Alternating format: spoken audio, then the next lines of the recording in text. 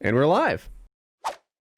It's a good year for Georgia sports. We got some great news yesterday. Nick Saban of Alabama has the coronavirus.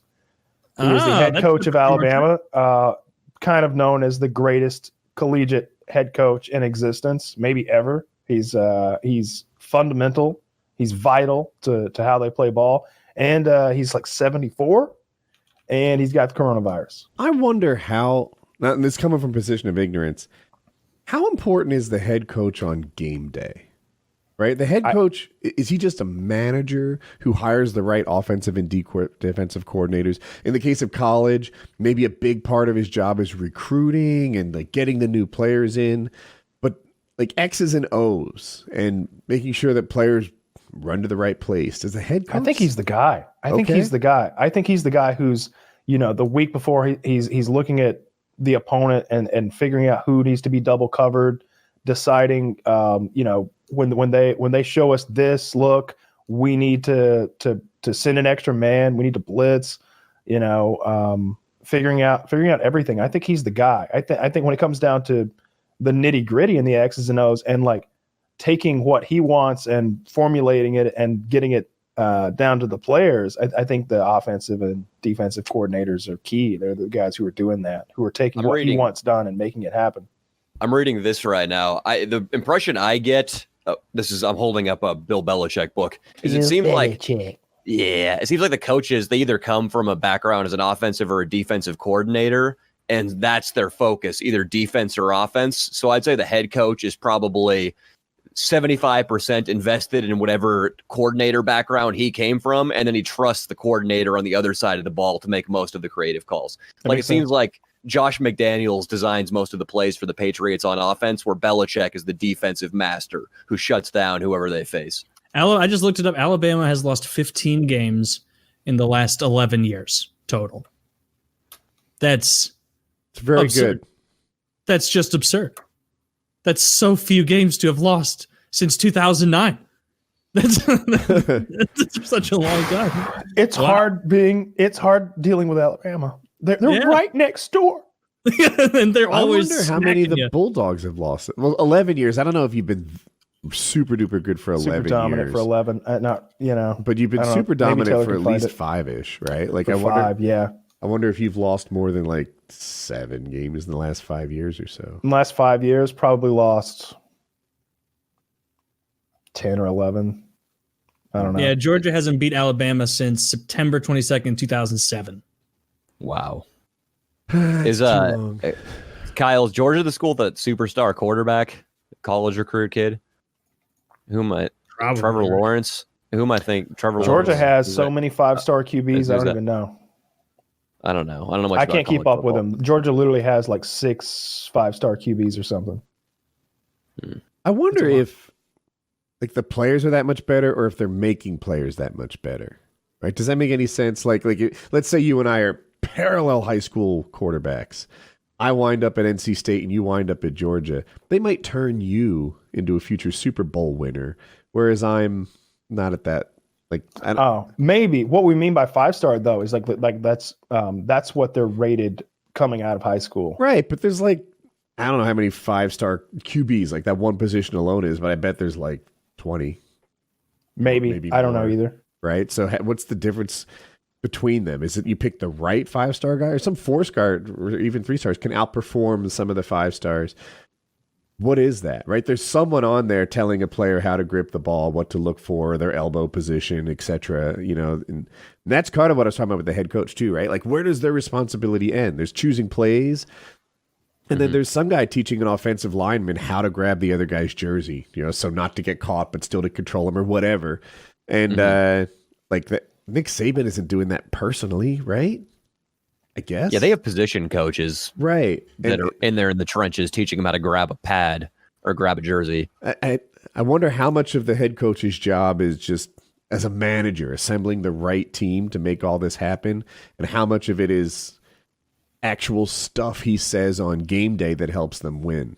Yeah, that's what it's got to be. Thought came in. Regardless of which it is, it's clear that like he is the reason for their success. He's that winning record is just stupid. It's just stupid. Every year they're incredible.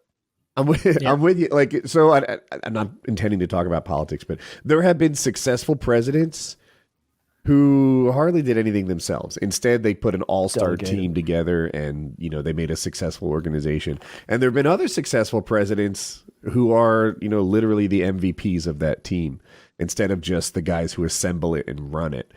And, so when I think about college, like, how much of it is... Anyway, I've made my point now. I wonder... Yeah, I think, Woody, a lot of it is culture, too. So if you have a coach who doesn't take shit, he's very disciplined.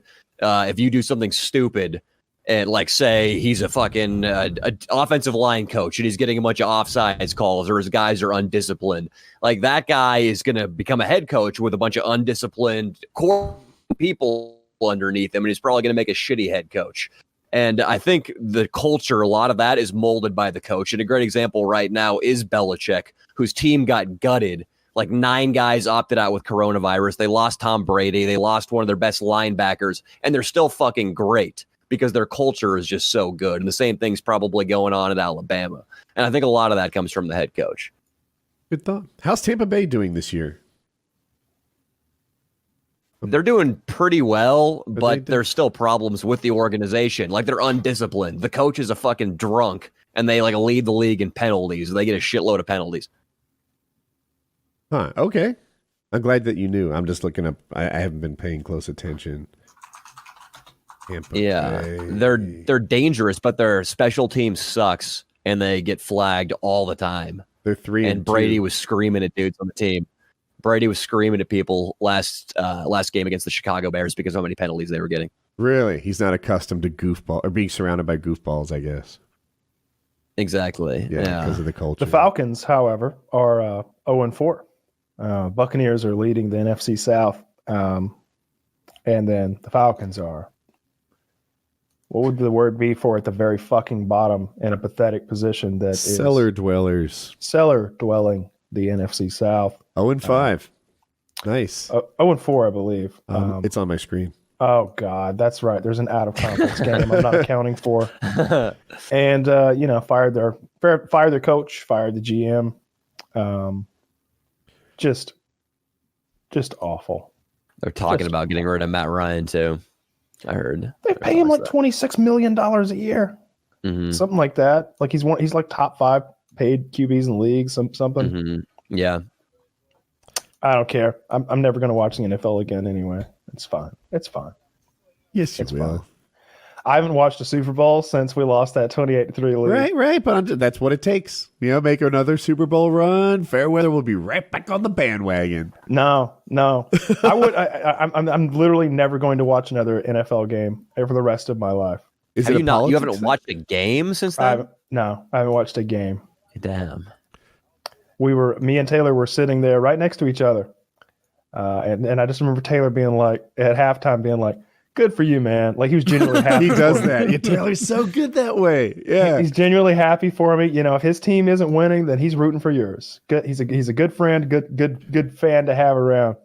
Good for you, man. Like he appreciates what it's like for someone's team to win a championship. At the time, I didn't know. Yes. At the time. Yeah, but and all the more you're like, oh man, I wish my team was about to win a Super Bowl or a Stanley Cup or anything, And he was just like, good for you, man.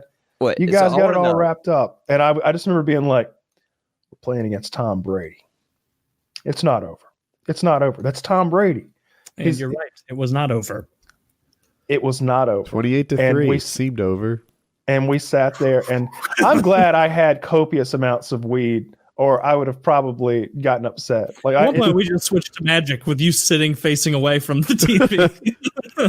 We went and played cards. And I didn't look back at the TV until like I looked over and I saw fucking Tom Brady fucking celebrating with like a bottle of champagne. Open mouth kissing his dad. He's making out with his sons, doing like one of those 3-way kisses where the tongues are just wagging. And Bill Belichick is fucking jerking one off over there watching. And just Matt Ryan was somewhere just crying, I guess.